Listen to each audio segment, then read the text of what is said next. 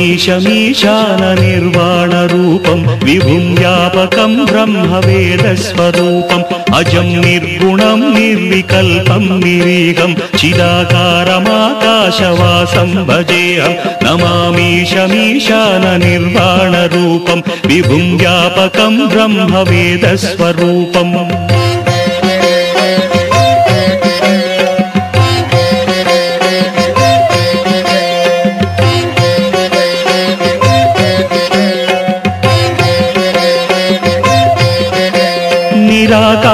నిరాకారమోంకారమూలం తురీయం గిరాజ్ఞానగోతీతమీశం గిరీశం కరాళం మహాకాలకాలం కృపాలం గుణాగార సంసార సారం నతోహం తుషారాద్రి సంకాశ గౌరం గభీరం మనోభూత కోటి ప్రభాసీ శరీరం స్ఫురన్ మౌలి కల్లోలిని చారు గంగ రసఫాల బారేందు కంఠే భుజంగా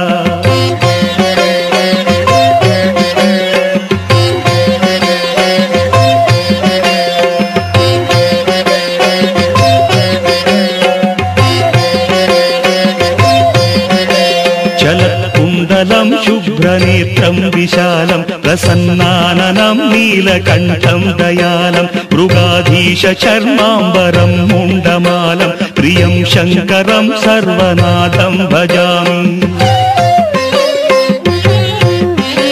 ప్రచండం ప్రకృష్టం ప్రగల్భం పరేశం అఖండం భజే భానుకోటి ప్రకాశం త్రైశూల నిర్మూలనం శూలపాణి భజేహం భవానీపతిం భావగమ్యం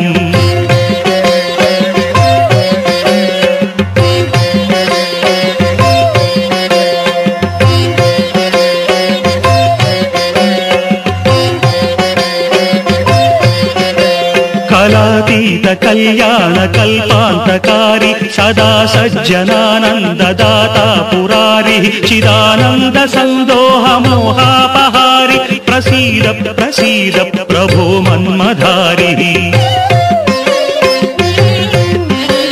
నయావత్ ఉమానాథ పాదారవిందం భజంతీహ లోకే పరే వానరాణం నతావత్ సుఖం వాపి సంతాపనాశం ప్రసీద ప్రభో సర్వభూతాధివాస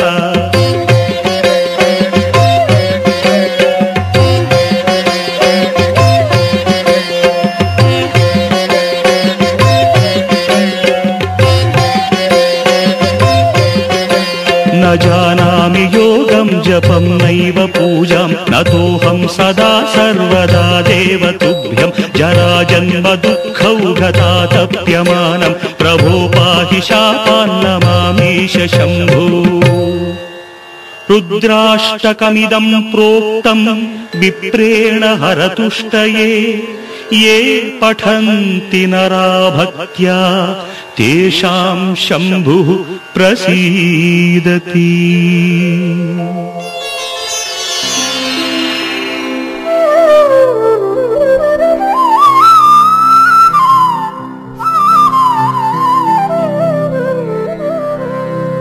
गुरुर्ब्रह्मा गुरुर्विष्णु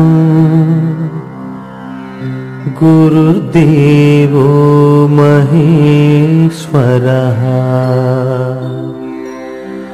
गुरु साक्षात् परब्रह्मा तस्मै श्री गुरवे नमः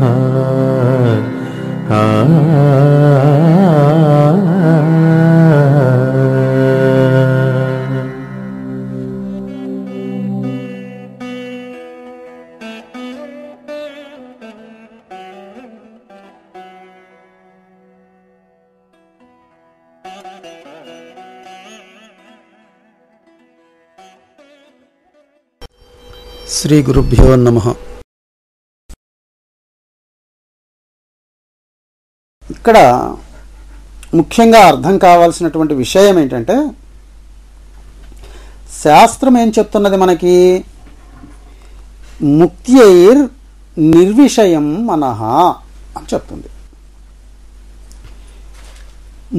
విముక్తి కావాలి అంటే ఈ సాంసారిక బంధాల నుంచి, ఈ భౌతికమైనటువంటి యొక్క కాయ క్లేశముల నుంచి, మానసిక ఆందోళనల నుంచి, ఈ మానసిక బంధాల నుంచి విముక్తి కావాలి అని గనక అనుకున్నట్లయితే అది కేవలం మనస్సు నిర్విషయ స్థితిని పొందినప్పుడు మాత్రమే సాధ్యమవుతుంది అని మనకిక్కడ శాస్త్రం చెప్తుంది.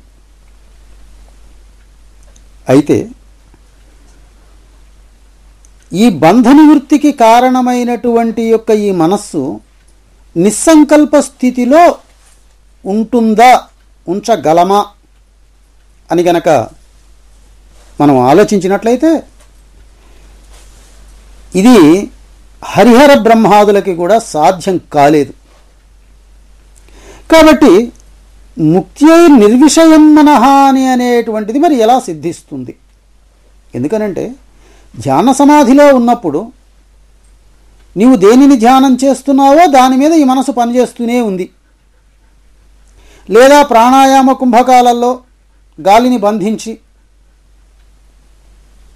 నీవు పూర్ణ కుంభక యోగంలో ఉన్నట్లయితే ఆ కుంభక యోగంలో గాఢ నిద్రావస్థలో ఉన్నప్పుడు ఏ స్థితిలో ఉందో అదే స్థితిలో ఇక్కడ ఈ సమాధి స్థితిలో ఉంటున్నది.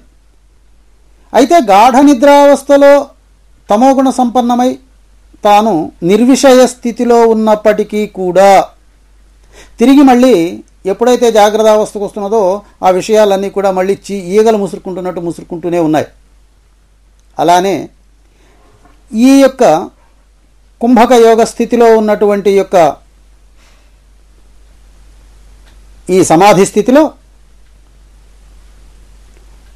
ఆలోచనలు తాత్కాలికంగా లేకపోయి ఉన్నప్పటికీ నీవు మళ్ళీ తిరిగి జాగ్రత్త అవస్థకు రాగానే గత జల సేతుబంధనం అన్నట్లుగా ఆ గతంలో ఉన్నటువంటి అన్ని విషయాలు కూడా మళ్ళీ పునరావృతం అవుతాయి. అందుకనే మనం ఎన్ని గ్రంథాలలో చూసినా ఈ రాక్షసులు కానీ ఈ దేవతలు కానీ చక్రవర్తులైనటువంటి వాళ్ళు కొంతమంది తపస్సులు చేసి బ్రహ్మ సాక్షాత్కారం పొంది, శివ సాక్షాత్కారం పొంది, విష్ణు సాక్షాత్కారం పొంది ఇన్ని ఉత్తమమైనటువంటి స్థితులను పొందినప్పటికీ కూడా వాళ్ళు నిర్విషయమైనటువంటి మనస్సుని పొందిన వారు కాకుండా ఉన్నారు. ఇది మనకి చెప్తూ ఉన్నటువంటి యొక్క పురాణ ఇతిహాసాలన్నీ మనకి దీనినే రుజువు చేస్తూ ఉన్నాయి. అందుకనే బలవాన్ ఇంద్రియ గ్రామో పండితో నకర్హతి అని, బలమైనటువంటి ఇంద్రియాలు నిగ్రహించడం అనేటువంటిది సాధ్యం కాదు. ఎందుకనంటే ఇంద్రియాలని నిగ్రహించాలంటే మనస్సు అంతర్ముఖం అవ్వాలి. మనస్సు అంతర్ముఖం కాకుండా ముక్త్యై నిర్విషయం మనః అనేటువంటి ఆ విషయం మాత్రం సాధ్యం కాదు. నిర్విషయం మనః అయితే ముక్తి. అలా కాకుండా అహం బ్రహ్మాస్మి, నేనే బ్రహ్మని అనే మాట నీకు బోధపడదు. కాబట్టి ఈ బంధకారణమైనటువంటి యొక్క ఈ మనస్సుని సహజ అమనస్క రాజయోగంలో సహజంగానే అమనస్క స్థితి ఎలా పొందుతున్నదో దానిని గురించి మనం తెలుసుకోవలసినటువంటి అవసరం ఇక్కడ ఎంతైనా ఉంది. మనస్సు ఎప్పుడూ తన సంకల్పాల నుంచి విముఖత కాదు, కానీ నీవు మాత్రం నిత్య సత్య శ్రేష్ఠుడవైనటువంటి యొక్క ఆత్మస్వరూపుడవై అమనస్కుడవయ్యే ఉన్నావు అనే సత్యాన్ని నీవిక్కడ దృఢపరుచుకోవాలి. అలా దృఢపరుచుకుంటానికే ఈనాటి ఈ యొక్క విచారణ. అయితే ఇక్కడ నీకు ముఖ్యంగా తెలియవలసింది ఏంటంటే ఈ శరీరంలో ఈ మనస్సు యొక్క సహాయంతో జాగ్రత్తావస్థలో ఈ స్థూల రూపాలన్నిటినీ, స్వాప్నికావస్థలో ఉన్నటువంటి యొక్క భ్రాంతి రూపాలన్నిటినీ అంటే సూక్ష్మ రూపాలన్నిటినీ, సుషుప్త్యావస్థలో ఏమీ తెలియనటువంటి అజ్ఞాన దశని, అనుభవిస్తూ ఉన్నటువంటి యొక్క ఈ జీవుడు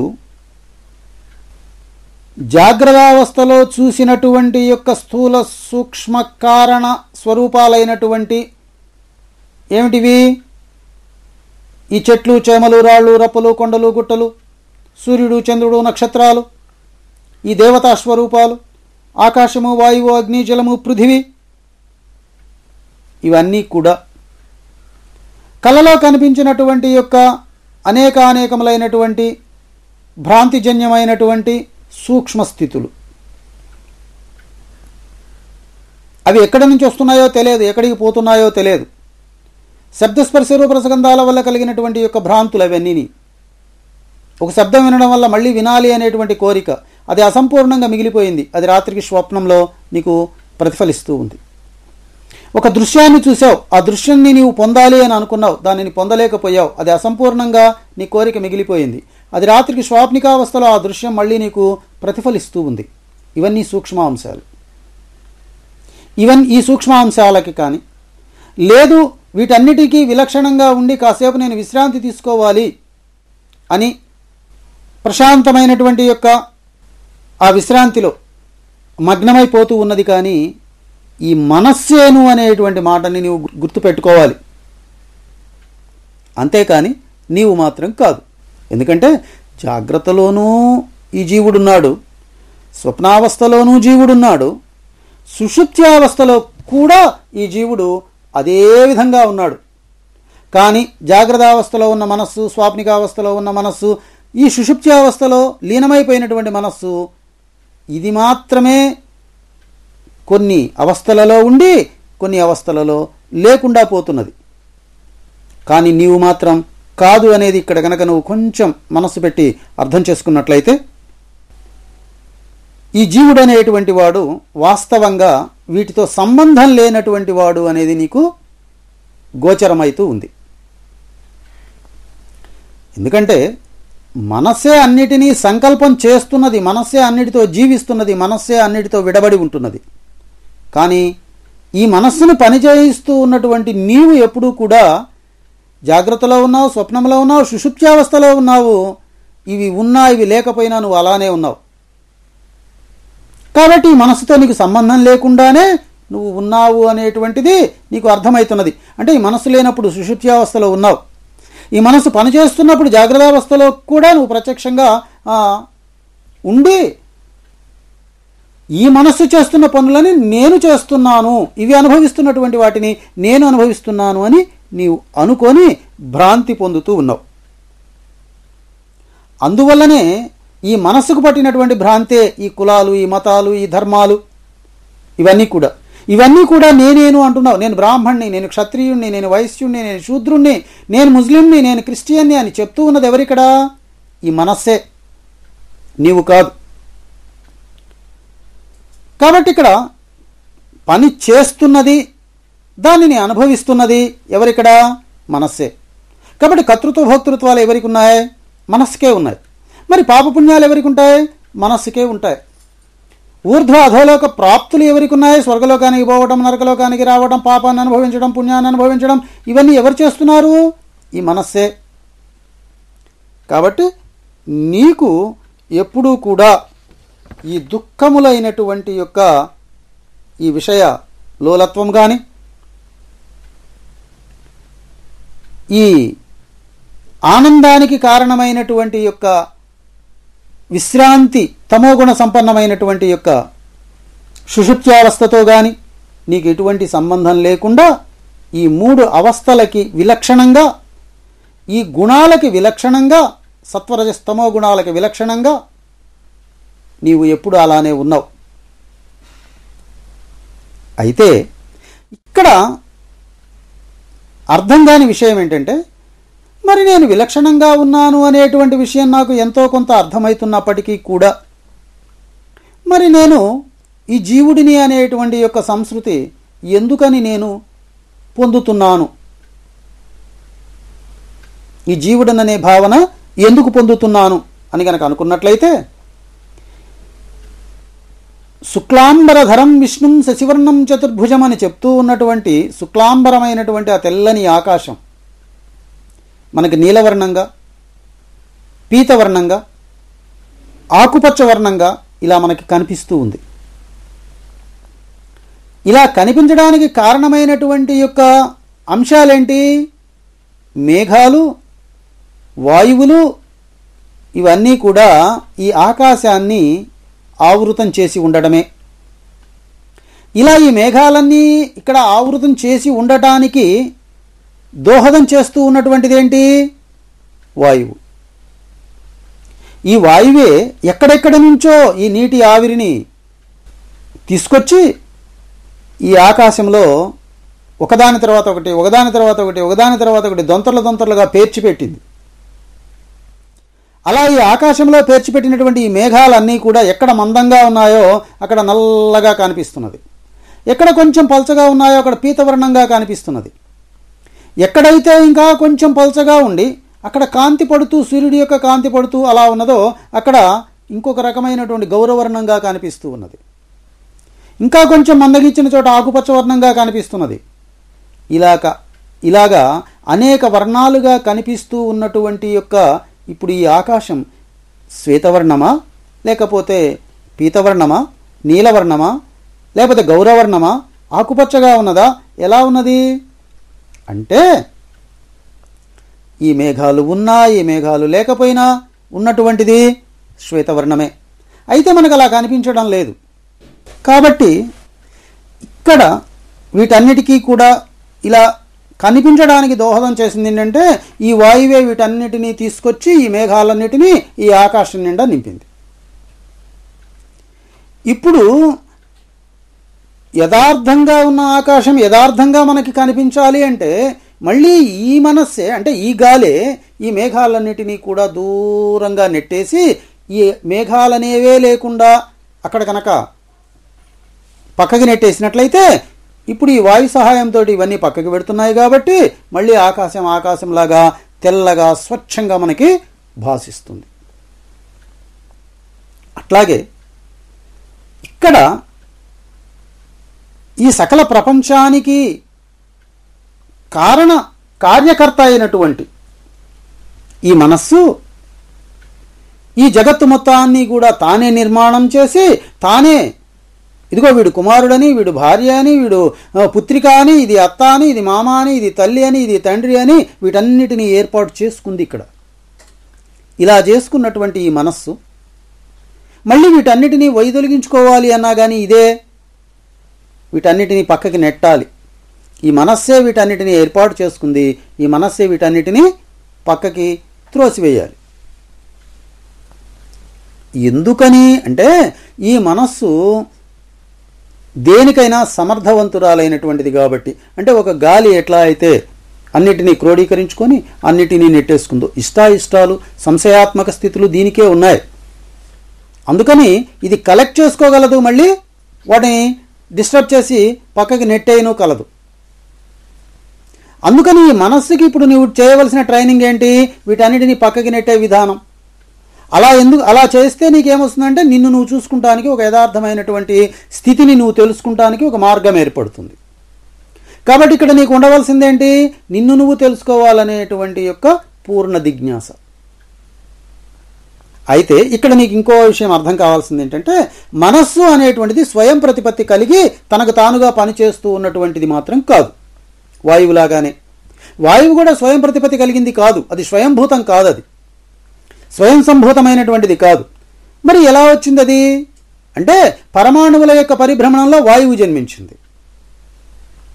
అట్లానే ఈ మనస్సు దేనివల్ల పనిచేస్తున్నది? బుద్ధి నుంచి వచ్చినటువంటి రిఫ్లెక్షన్ వల్ల ఈ మనస్సు పనిచేస్తున్నది. అంతేకాని మనస్సుకి స్వయంగా ప్రకాశించే లక్షణం లేదు. ఇది ఒక జడ పదార్థం లాంటిది. కాబట్టి మనస్సు జడంబు అణుమాత్రము సందేయము లేదు.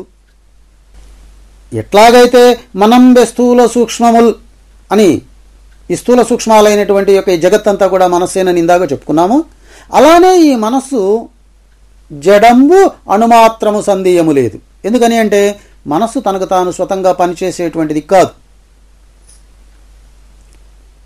మరి ఎట్లా పనిచేస్తుంది? బుద్ధి యొక్క సత్తా వల్ల పనిచేస్తుంది. కాబట్టి ఈ మనస్సు అనేటువంటిది అవిద్యా కార్యమే కానీ అవిద్య కాదు. అవిద్య అంటే మాయ. ఇది మాయ కాదు. కానీ అంతకుముందు ఏం చెప్పాం? మనసు మాయా ఏ మాయా మనసు ఏ మనసు మాయా తుదకు మాయా మాయే. ఎప్పుడు మనస్సు మాయ అయింది? ఈ మనోబుద్ధి చిత్తాలన్నిటినీ విచారించడానికి బద్ధకమై ఉన్నప్పుడు ఇవన్నీ చెప్పడం ఎందుకు లేనని ఈ మనస్సే మాయా అని చెప్పాం. కానీ విశ్లేషణ కనుక నువ్వు చేసుకున్నట్టయితే నువ్వేంటో నీకు అదార్థమవుతుందని మళ్ళీ దీనిని విశ్లేషించి చెప్పవలసిన స్థితి ఇక్కడ కలిగింది. కాబట్టి వాయువు ఎట్లా అయితే ఆకాశంలో అన్ని దిక్కుల యందు వ్యాపించి ఇవన్నీ క్రోడీకరించింది కాబట్టి ఈ మనస్సే వీటన్నిటినీ తొలగించగలదు. అయితే ఈ మనస్సు ఇది అవిద్య కాదు, అవిద్య కార్యం మాత్రమే మనస్సు. ఎందుకంటే బుద్ధి యొక్క ప్రతిఫలితం వల్ల, అంటే బుద్ధి నుంచి వస్తున్నటువంటి సత్తా వల్ల ఈ మనస్సు పనిచేస్తున్నది. ఇది నీకు అర్థమై ఉన్నట్లయితే ఈ మానసిక కర్మలన్నీ నేను చేస్తున్నాను అనుకోవటం వల్లనే ఈ జీవుడు ఊర్ధ్వలోక ప్రాప్తిని అధోలోక ప్రాప్తిని కూడా పొందుతున్నాడు అనేటువంటిది నీకు అర్థమవుతూ ఉంది. ఎప్పుడైతే ఈ మనస్సు చేస్తున్నది ఇవి నేను చేయటం లేదు, నా సత్తా వల్ల మాయ పనిచేస్తున్నది, మాయ సత్తా వల్ల బుద్ధి పనిచేస్తున్నది, బుద్ధి సత్తా వల్ల ఈ మనస్సు పనిచేస్తున్నది, కాబట్టి ఇవి పనిచేస్తూ ఉన్నటువంటి వాటి వల్ల అవి వాటి పనులని నావి అని నేను అనుకోవడం వల్ల ఈ కర్మలు నేను అనుభవిస్తున్నాను అనేటువంటి భ్రాంతిలో ఉన్నాను అని కనుక నీకు అర్థమైతే నీవు స్వయం పరమాత్మని అని నీవు గ్రహించగలుగుతావు. ఎప్పుడైతే నేను స్వయం పరమాత్మని అని నీకు అర్థమైందో ఈ పరమాత్మ అనేటువంటి వాడు శాశ్వతుడైనటువంటి వాడు, ఇతను నిత్యమైనటువంటి వాడు, నిర్వికారమైనటువంటి వాడు, ఆనంద ఘనమైనటువంటి వాడు, సర్వానికి తానే ద్రష్ట అయినటువంటి వాడు. ఆనంద ఘనమని ఎందుకు చెప్తున్నామంటే సర్వ ఆనందాలలో కూడా ఇతనిని తనను తాను చూసుకున్నప్పుడు పొందేటువంటి ఆనందం అద్భుతమైనటువంటిది. ఏ ఆనందము ఈ ఆనందానికి సాటి అయినటువంటిది కాదు. అందుకనే అన్నమాచార్యుడిని నీకు ఈ సృష్టిలో ఉన్న అందాలన్నిటికంటే కూడా మహత్తరమైనటువంటి అద్భుతమైనటువంటి ఆనంద స్థితిని చూపిస్తాను, చూస్తావా అని తీసుకెళ్ళి తన యొక్క రూపాన్ని అన్నమాచార్యుడికి చూపిస్తాడు. అంటే అర్థమేంటి?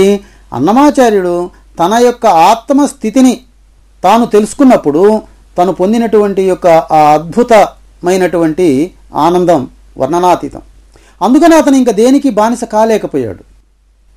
అట్లానే ఇక్కడ కూడా నీవు ఎప్పుడైతే నిన్ను దర్శించుకుంటావో నీవు అద్భుతమైనటువంటి యొక్క అలౌకికమైనటువంటి యొక్క ఆనంద స్థితిని అనుభవిస్తూ ఉంటావు.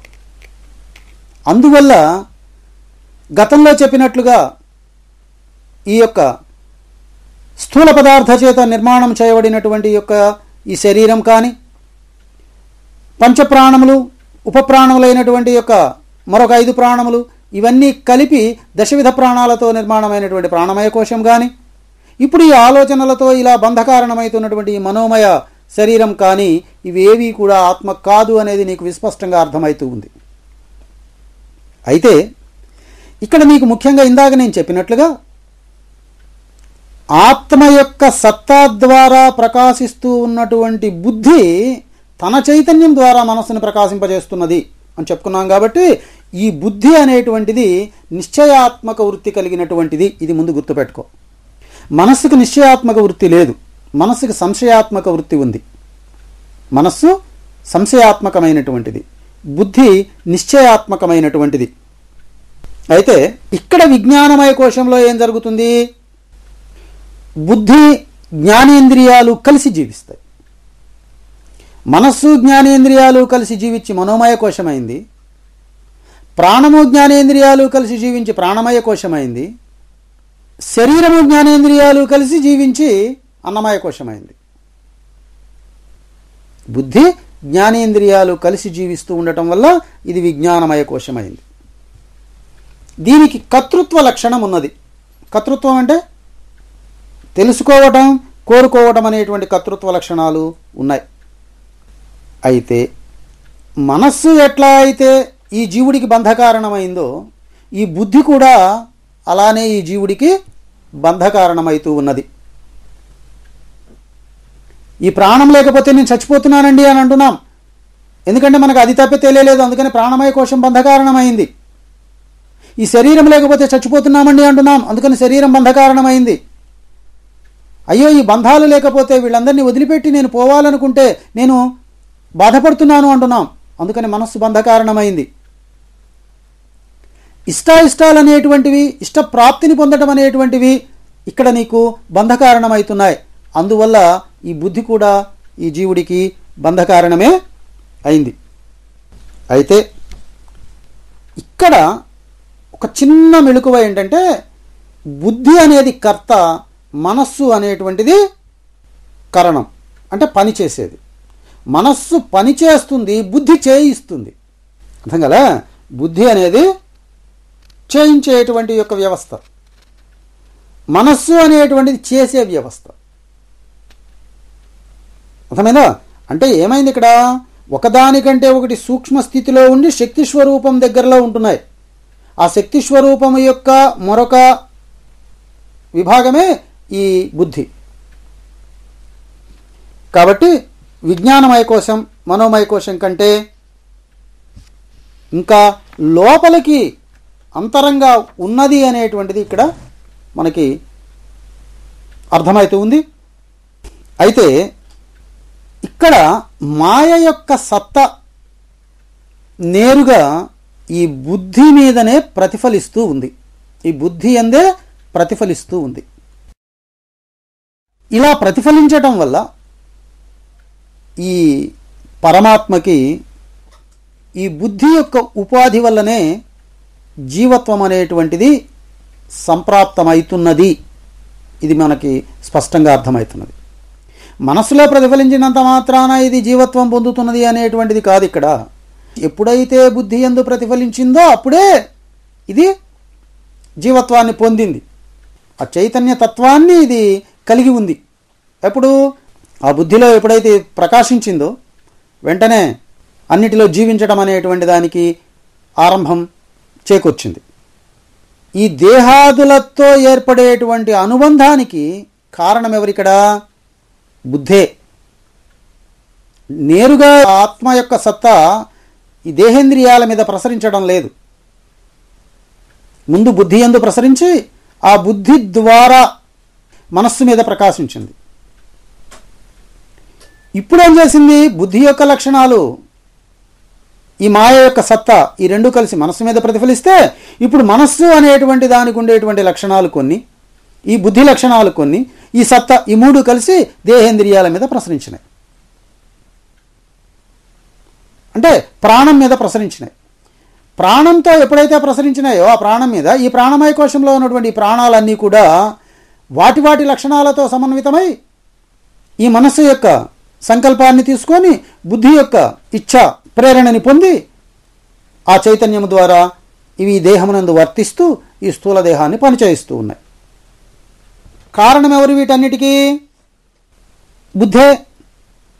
ఈ బుద్ధి ఈ జీవునితో తాదాత్మ్య సంబంధము కలిగినటువంటిది కాబట్టి ఈ బుద్ధికి ఆత్మకున్నటువంటి యొక్క జ్ఞానం ఏదైతే ఉందో ఆ జ్ఞానము దీనికి కూడా అలవడింది. అందువల్ల ఇదేమైంది? విజ్ఞానము, జ్ఞానాన్ని కూడా తెలుసుకునేటువంటిది, అందుకని విజ్ఞానమైంది. ఈ సృష్టిలో ఈ ఆత్మ అనేది ఎంత అనాదో, దాని సత్తా, దాని మాయ ఎంత అనాదో, ఇది కూడా అంతే అనాది స్వరూపమైనటువంటిది. ఏది?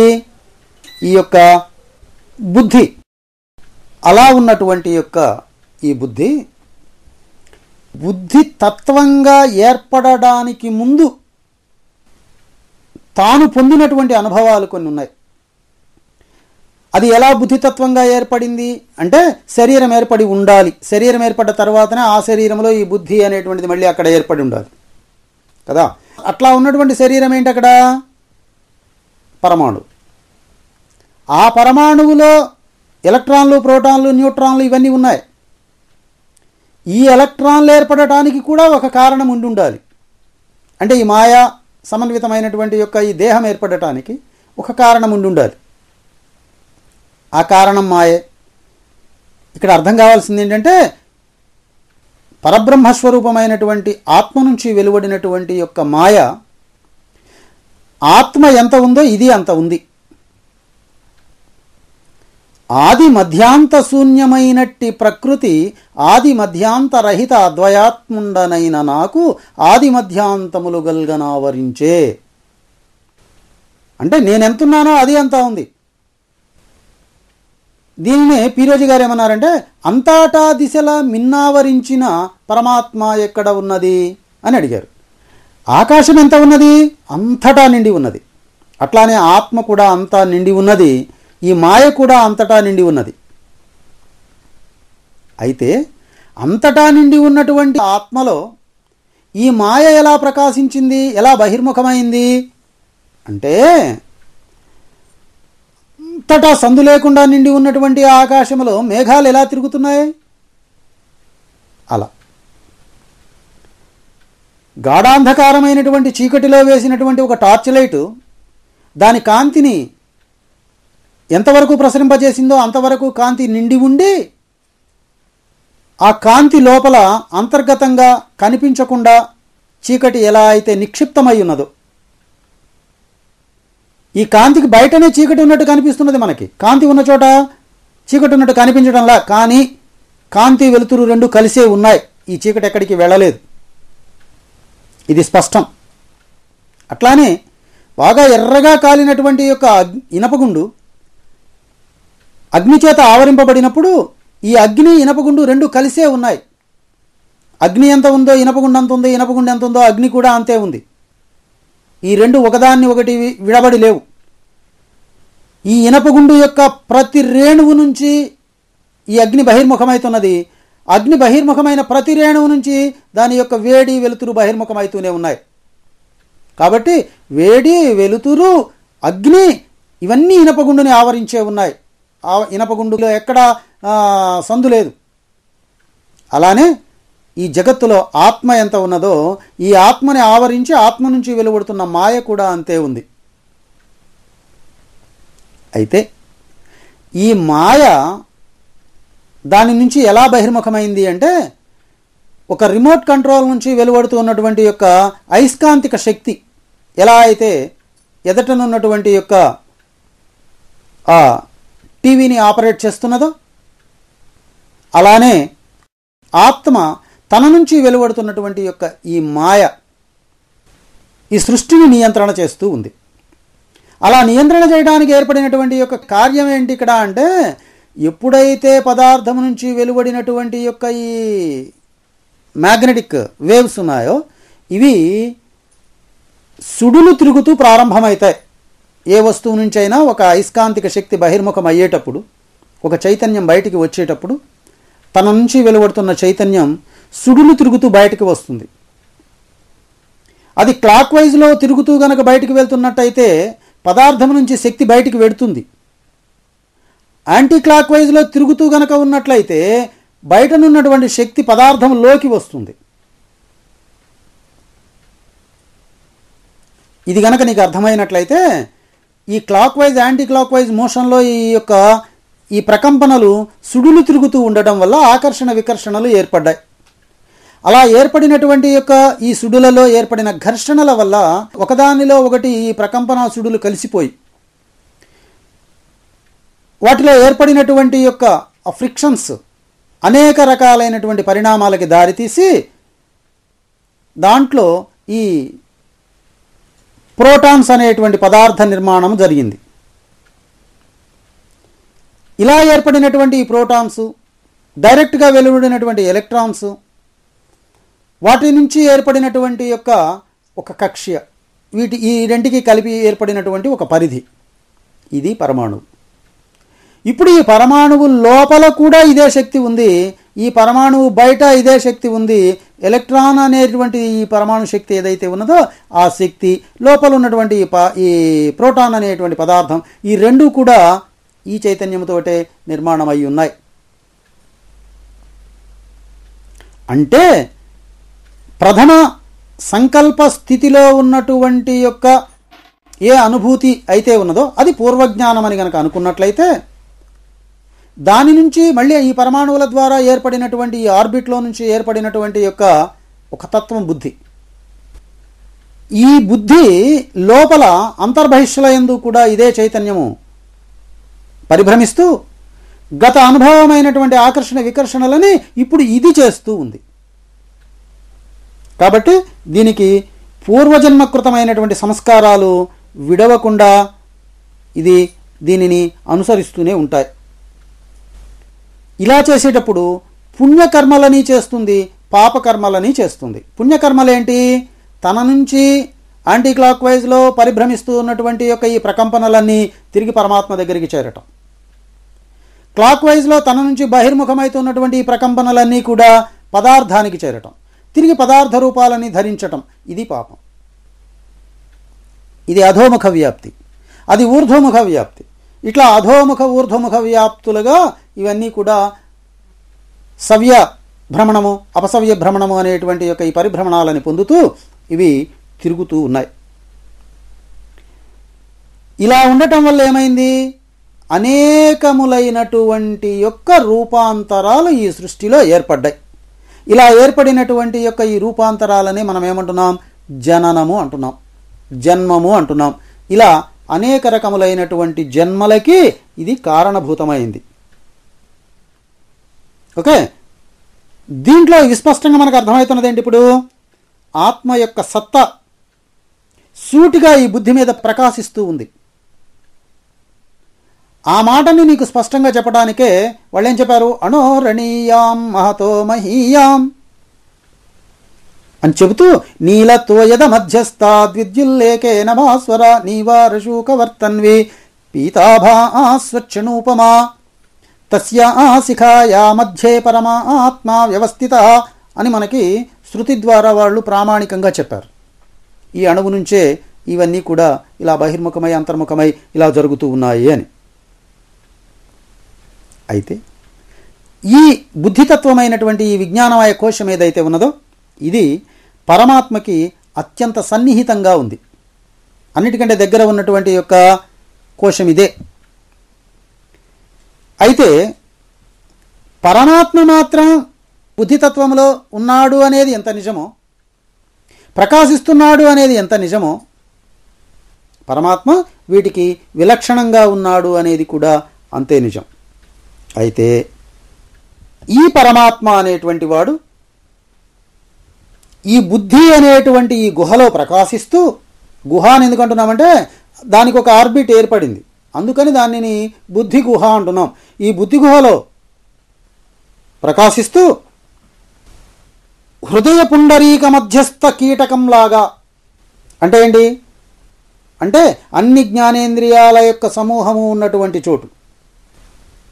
అది పుండరీకం అని ఎందుకు చెప్పవలసి వచ్చిందంటే ఒక కోశంలాగా ఉన్నది కాబట్టి. దాని మధ్యస్థ కీటకమైనటువంటి అంటే చైతన్యం, ఇది చక్షురాది ఇంద్రియముల ద్వారా ప్రయాణం చేసి జ్యోతిస్వరూపమై ప్రకాశిస్తూ ఉంది. కాబట్టి ఇప్పుడు నేను జ్యోతిని చూశానండి అని గనక అన్నట్లయితే నువ్వు చూస్తున్నది దేనిని? ఇప్పుడు హృదయ పుండరీక మధ్యస్థ కీటకమైనటువంటి యొక్క ఈ జ్యోతిర్మయ స్వరూపాన్నే చూస్తున్నావు. అంటే బుద్ధి ద్వారా వెలువడినటువంటి యొక్క ఈ జ్ఞానాన్నే చూస్తున్నావు, కానీ నీవు వాస్తవమైనటువంటి యొక్క పరమాత్మని చూడడంలా.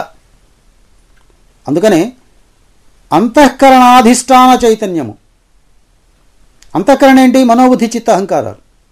వీటి అధిష్టాన చైతన్యం ఏంటి? మాయ. అంతరాంతఃకరణ ప్రతిబింబ చైతన్యము. అంతరాంతఃకరణ ఏంటి? ఎక్కడున్నది అంతఃకరణ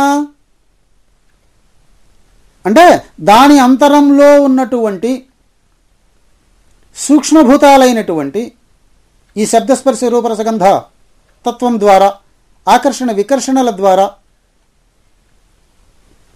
ఉండి ఈ పరమాణువు లోపల ప్రకాశిస్తూ ఉన్నటువంటి శుద్ధ చైతన్యం, అది అంతరాంతఃకరణ ప్రతిబింబ చైతన్యం. ఆ అంతరాంతఃకరణం ఏమిటి అంటే పరమాణువే. దాని యందు ఆ బిందువు యందు ప్రకాశిస్తూ ఉన్నది. అది ఆ పరమాణువుకే బిందువు అని పేరు.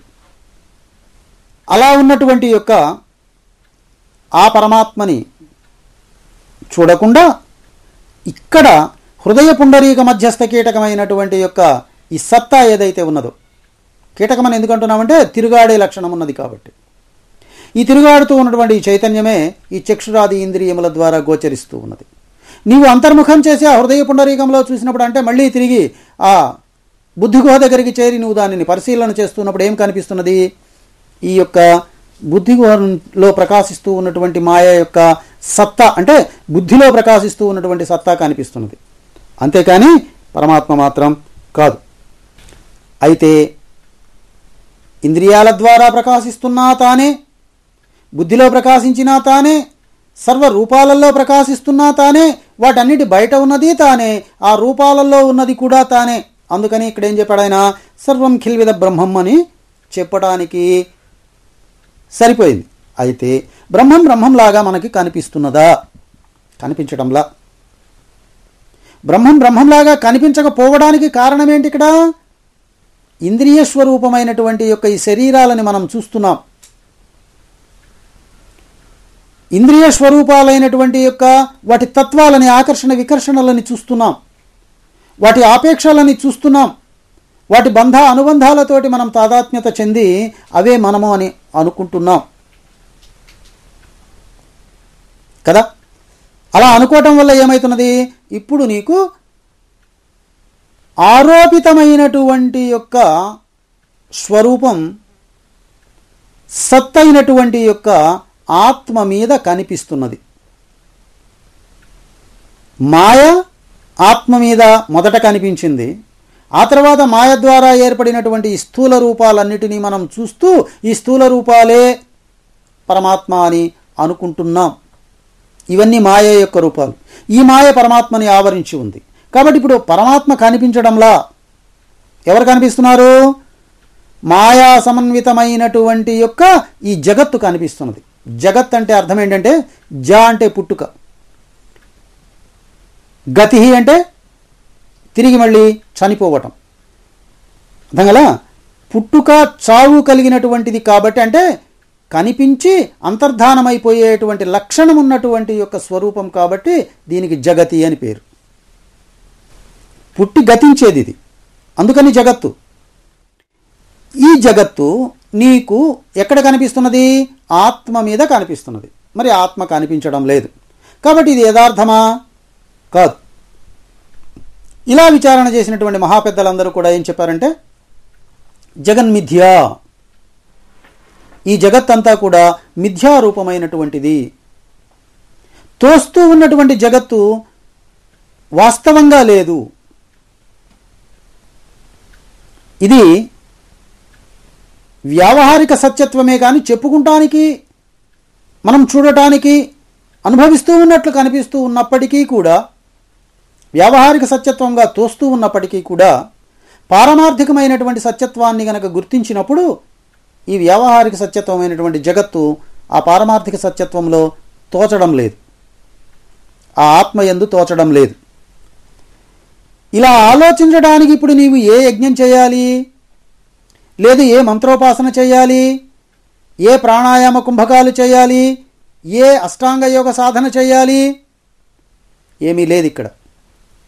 కాబట్టి నీకిక్కడ ఈ తాడు మీద కనిపించినటువంటి పాము ఎలా అయితే వాస్తవం అనుకున్నావో, గురుముఖత విచారించిన తర్వాత, అంటే ఎవరో స్నేహితుడు కనిపించి ఒక దీపం తీసుకొచ్చి నీకు తీసుకుపోయి ఆ తాడు దగ్గరికి చూపించిన తర్వాత పాము అనే భ్రాంతి పోయి ఇది తాడు అని ఎలా అయితే నిర్ణయానికి వచ్చావో, ఇక్కడ కూడా నీకు సమర్థవంతమైనటువంటి సద్గురు సాంగత్యం వల్ల నీవు ఈ కనిపిస్తూ ఉన్నటువంటి ఈ రూపాలన్నీ కూడా పరమాత్మ కాదు, పరమాత్మని నుంచి వెలువడుతున్నటువంటి మాయతో ఏర్పడినటువంటి యొక్క రూపాలు మాత్రమే. ఒక గాజు పట్టకంలో నుంచి ప్రకాశిస్తూ ఉన్నటువంటి యొక్క సూర్యకాంతి ఎదటనున్న గోడ మీద సప్తవర్ణాలుగా కనిపించినప్పటికీ, 7 రంగులుగా కనిపించినప్పటికీ, ఇంద్రధనుస్సులాగా కనిపించినప్పటికీ, ఆ పట్టకమునందు కానీ ఆ సూర్యకిరణంలో కానీ ఈ రంగులు లేనట్లుగా, అది ఇంకొక దాని నుంచి పరావర్తనం చెందటం వల్ల ఈ రంగులన్నీ బహిర్ముఖమైనాయి. కాబట్టి అన్య సంపర్కం లేకుండా తాను తానుగా ఎటువంటి వికారము పొందనటువంటి యొక్క పరమాత్మ ఎప్పుడూ కూడా స్వచ్ఛంగానే ఉన్నాడు. అయితే ఇప్పుడు ఇలా ఎందుకు కలిగింది అంటే, ఆకాశం నీలంగా కనిపిస్తూ ఉన్నట్లుగా ఎందుకు అనిపించింది మనకి? మనము భ్రమని చూస్తున్నాం, భ్రమలోనే బ్రతుకుతున్నాం, భ్రమనే మన పిల్లలందరికీ నేర్పుతున్నాం. ఆకాశం నీలంగా ఉంటుంది అనే చెప్తున్నాం. ఏదన్నా రంగు మనం చెప్పాల్సి వచ్చినప్పుడు కూడా మనం ఏమంటున్నాం? స్కై బ్లూ అంటున్నాం, ఆకాశపు నీలిరంగు అని చెప్తున్నాం. అయితే వాస్తవంగా ఆకాశం నీలిరంగా అసలు అది ఎట్లా ఉందో మనం ఇంతవరకు చూడలే. ఆకాశం స్వచ్ఛంగా శ్వేతవర్ణంతో ప్రకాశిస్తూ ఉన్నట్లు మనకి తెలియదు. ఎప్పుడైతే అది తెలిసిందో ఆకాశం నీలిరంగు అని నువ్వు అనవు కదా. అలానే మాయావశమైనటువంటి యొక్క ఈ మిథ్యా జగత్తు తనకంటే వేరుగా ఉన్నట్లు ఎప్పుడైతే తెలిసిందో, ఈ నేను నేను నేను అని అంటూ ఉన్నటువంటి ఈ భ్రాంతి, ఈ బుద్ధి యొక్క తాదాత్మ్యతతోటి మాత్రమే అంటున్నది అని నీవు ఎప్పుడైతే గ్రహించావో, ఆ క్షణాన నీవు నేను పరబ్రహ్మస్వరూపుడిని, నేను పరమాత్మని, నాకు ఈ సుఖిత్వం కానీ దుఃఖిత్వం కానీ కర్తృత్వ భోక్తృత్వాది ధర్మాలు కానీ ఇవేవీ కూడా నాకు లేవు అని తెలుసుకొని, ఈ జీవత్వానికి కారణమైనటువంటి యొక్క ఈ విజ్ఞానమయ కోశం ఏదైతే ఉన్నదో, అంటే ఈ బుద్ధి అనేటువంటి ఈ కోశం ఏదైతే ఉన్నదో, దీని ఉపాధి వల్ల, అంటే దాని యందు నేను భ్రాంతి చెందటం వల్ల, దాని యందు ప్రకాశించటం వల్ల, దాని వలన నాకు ఈ భ్రాంతి కలిగింది అని నీవెప్పుడైతే గ్రహించావో, నీకున్నటువంటి యొక్క భ్రమ సంపూర్ణంగా తొలగిపోయింది. భ్రమేణత్వం భ్రమేణాహం భ్రమేణోపాసకో జనై భ్రమమూలం ఇదం జగత్తు అని. ఈ జగత్తుకి కారణం భ్రమే. భ్రమేణ ఈశ్వర భావత్వం, ఈశ్వరుడు కూడా భ్రమే. ఈ మాయే ఈశ్వరుడు,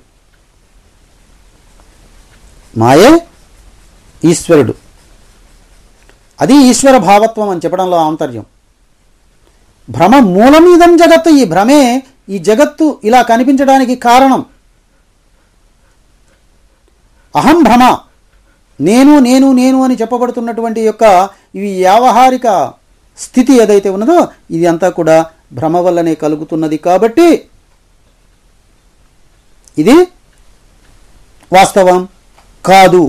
నేను భగవానుడనైనటువంటి యొక్క పూర్ణ పరమాత్మని అని నీకు అర్థమవుతుంది. అయితే ఇక్కడ నీకు రావలసినటువంటి అనుమానం ఇంకోటి ఏంటంటే, ఆత్మ నుంచి వెలువడినటువంటి యొక్క శుద్ధ సత్వ మాయ ఏదైతే ఉన్నదో, దాని ద్వారా ఏర్పడినటువంటి ఏ పరమాణు సంఘాతం అయితే ఉన్నదో, ఈ పరమాణు సంఘాతం వల్ల ఏర్పడినటువంటి ఈ జీవజాతి ఏదైతే ఉన్నదో, ఇది అంతా కూడా ఈ మాయ వల్లనే కదా ఏర్పడింది. అంటే ఈ మాయ ఉన్నంతకాలం ఈ జగత్తు ఇలానే పరిభ్రమణాన్ని పొందుతూ ఉంటుంది, భ్రమకి కారణమవుతుంది. అయితే ఈ మాయ ఆత్మ ఉన్నంతకాలము ఉంటుంది. అంటే ఇప్పుడు ఈ సంసారం అంతా కూడా ఎవరికి ఉన్నట్లు? మాయక, ఆత్మక? ఆత్మ ఉండబట్టే కదా ఈ మాయ ఉంది, మాయ ఉండబట్టే కదా ఈ సంసారం అంతా ఏర్పడింది. అంటే ఇప్పుడు ఎవరికి ఉన్నట్లు? ఇది ఆత్మకున్నట్టే కదా. అంటే ఈ ఆత్మకి ఈ సంసార బంధం నుంచి విముక్తి లేదా? ఇది నా అనుమానం. దీనిని మీరు పరిష్కరించాలి. ఇది నీవు అడగవలసినటువంటి ప్రశ్న. అర్థమైందా? ఒకవేళ నువ్వు ఈ ప్రశ్న కనుక అడిగి ఉన్నట్లయితే దీనిని ఎలా పరిష్కరిస్తాం అంటే, నువ్వు గుర్తుపెట్టుకోవాల్సిన విషయం ఒకటి ఉంది ఇక్కడ. వాస్తవంగా ఆత్మ తన నుంచి వెలువడుతున్నటువంటి యొక్క ఈ మాయ తన నుంచి వెలువడుతున్నది అనేటువంటి యొక్క జ్ఞానం దానికి లేదు. ఆత్మ నుంచి వెలువడుతూ ఉన్నటువంటి ఈ శక్తి, అంటే ఇనపగుండు నుంచి వెలువడుతున్నటువంటి సెగలు కానీ, ఇనపగుండులో ఉన్నటువంటి అగ్ని కానీ తన యందు ఉన్నాయి అనేటువంటి యొక్క జ్ఞానం ఈ యొక్క ఆత్మకి లేదు, ఈ ఇనపగుండుకి లేదు. అట్లానే ఆత్మకి లేదు. ఆత్మ నుంచి వెలువడినటువంటి యొక్క ఈ సత్తాకి జ్ఞానం ఉన్నది. ఈ ప్రకంపనలు పోయి అవతల దానిని ఆకర్షించినాయి. ఈ ప్రకంపనలు ఇంకొక దాని నుంచి ఇలా వికర్షింపబడుతూ లోపలికి తెచ్చుకున్నాయి. కానీ ఆత్మ మాత్రం దేనిని ఆకర్షించను లేదు, దేనిని వికర్షించను లేదు. కానీ ఆకర్షణ వికర్షణలు ఏర్పడటానికి కారణమైన ఈ మాయా, ఈ మ్యాగ్నెటిక్ వేవ్స్ ఏవైతే ఉన్నాయో, ఈ మ్యాగ్నెటిక్ వేవ్స్ తన నుంచే బహిర్ముఖమవుతున్న మాట వాస్తవం. అర్థమైందా? తన నుంచే వెలువడుతున్న మాట వాస్తవం. ఆకాశంలో పరమాణువులు తిరుగుతూ ఉన్నాయి. ఆ పరమాణువులు ఏర్పడడానికి కారణం ఆకాశంలో ఉన్నటువంటి ఒక విధమైనటువంటి శక్తి ఈ పరమాణువుల నిర్మాణానికి దోహదం చేసింది. అదే మాయ. అయితే ఇప్పుడు ఆకాశానికి ఏమైనా ప్రాబ్లం వచ్చిందా? ఈ జీవజాతులన్నీ ఉండి పోయి ఎట్లా తిరిగినా ఈ జీవజాతులన్నీ కూడా అంతర్ధానమైపోతున్నా, ఒకవేళ తిరిగి మళ్ళీ నేను పరమాత్మలో చేరుతున్నాను అనుకొని ఈ జీవజాతులన్నీ ఆ పరమాత్మని తెలుసుకున్నా తెలుసుకోకపోయినా పాపపుణ్యాలను ఇవన్నీ అనుభవిస్తూ ఉన్నా ఈ ఆత్మకి, ఈ ఆకాశ స్వరూపానికి ఏమైనా భంగం కలిగిందా? అలానే ఈ ఆత్మకి కూడా ఎటువంటి యొక్క ఆలోచన లేదు. నువ్వు పుట్టావా, నువ్వు పెరిగావా, నువ్వు చచ్చావా అనేటువంటిది కూడా ఈ ఆత్మకి తెలియదు. అందుకని రాముడు నిర్వికారుడు సదా బ్రహ్మంబు, అది చెప్పినటువంటిది. ఈ ఆత్మ ఎప్పుడు నిర్వికారుడే. ఇటువంటి నిర్వికార స్వరూపమైనటువంటి యొక్క ఆత్మ స్థితిని ఎరిగి యోగులు నిత్యము దానిని భావించటం వల్ల రమంతే యోగినో రామః, దాని యందు వాళ్ళు రమించారు కాబట్టి ఆ పదానికి రామ, రాముడు అనేటువంటి పర్యాయనామం కలిగింది. అందుకని ఈశ్వరుణ్ణి పార్వతీదేవి అడుగుతుంది, మీరు ఎవరిలో రమిస్తున్నారు, మీరు ఎవరిని ధ్యానం చేస్తున్నారు? ఈ జగత్తుకి కారణకర్త అయినటువంటి మాయాస్వరూపుడివి నీవే కదా, మరి నీవెవరి యందు రమించాలి అంటే నా యందు నేను రమియింతు అంటాడు.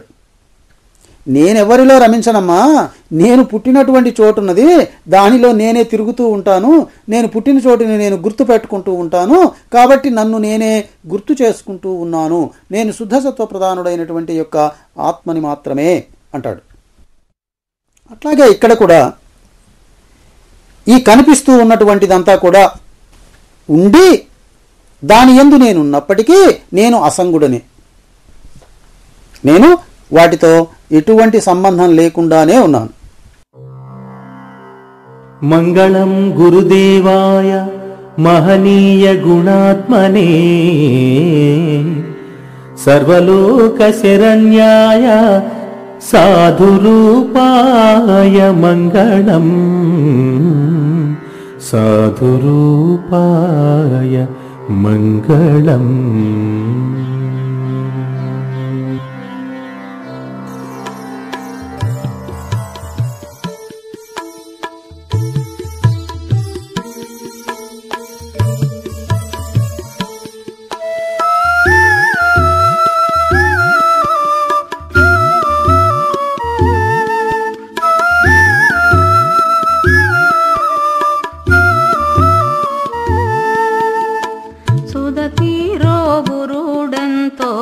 సులభుడోయమ్మా సూటిదప్పక ముక్తి చూపించేనమ్మా.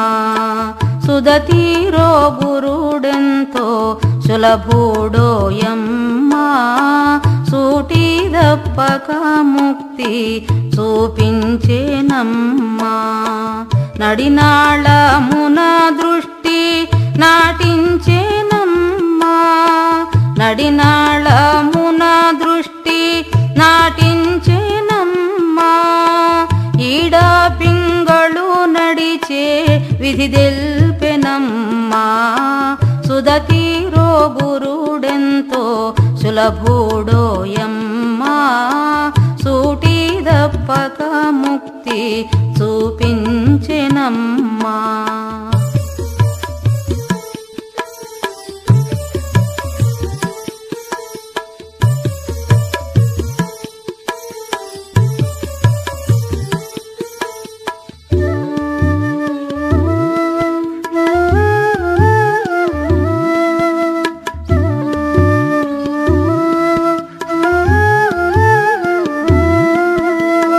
మూడు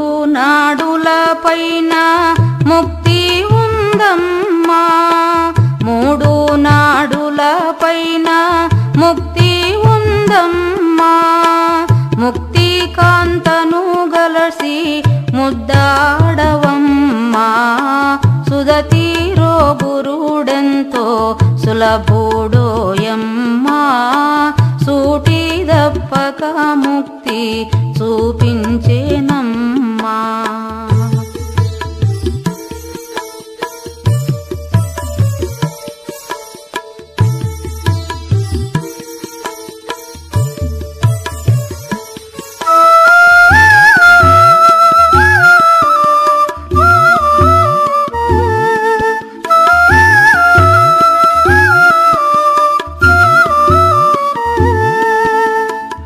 ఏడు కొండల పైన ఎరుక చేసమ్మా ఏడు కొండల పైన ఎరుక చేసమ్మా మూల మండల మూల మీద నోయమ్మా మూడు మండల మూల మీద నోయమ్మా సుదతీరో గురుడెంతో సులభుడోయమ్మా సూటి దప్పక ముక్తి చూపించెనమ్మా.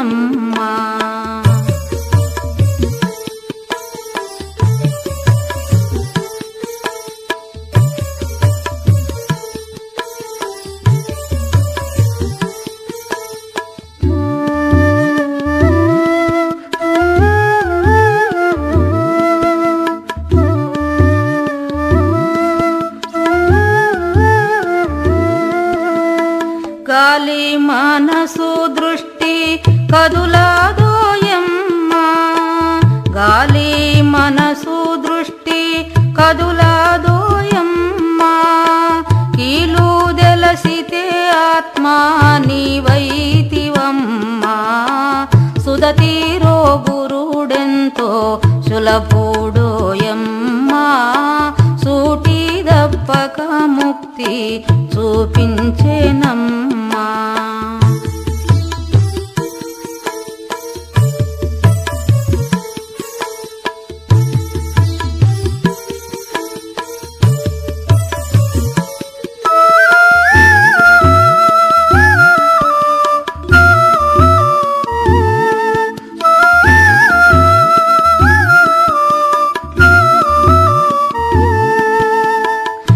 శేషశయనుని పదము చేపట్టవమ్మా శేషశయనుని పదము చేపట్టవమ్మా శేషమ్మ గురు సేవా క్షేమామాయమ్మా సుదతీరో గురుడెంతో సులభుడోయమ్మా సూటి దప్పక ముక్తి చూపించెనమ్మా.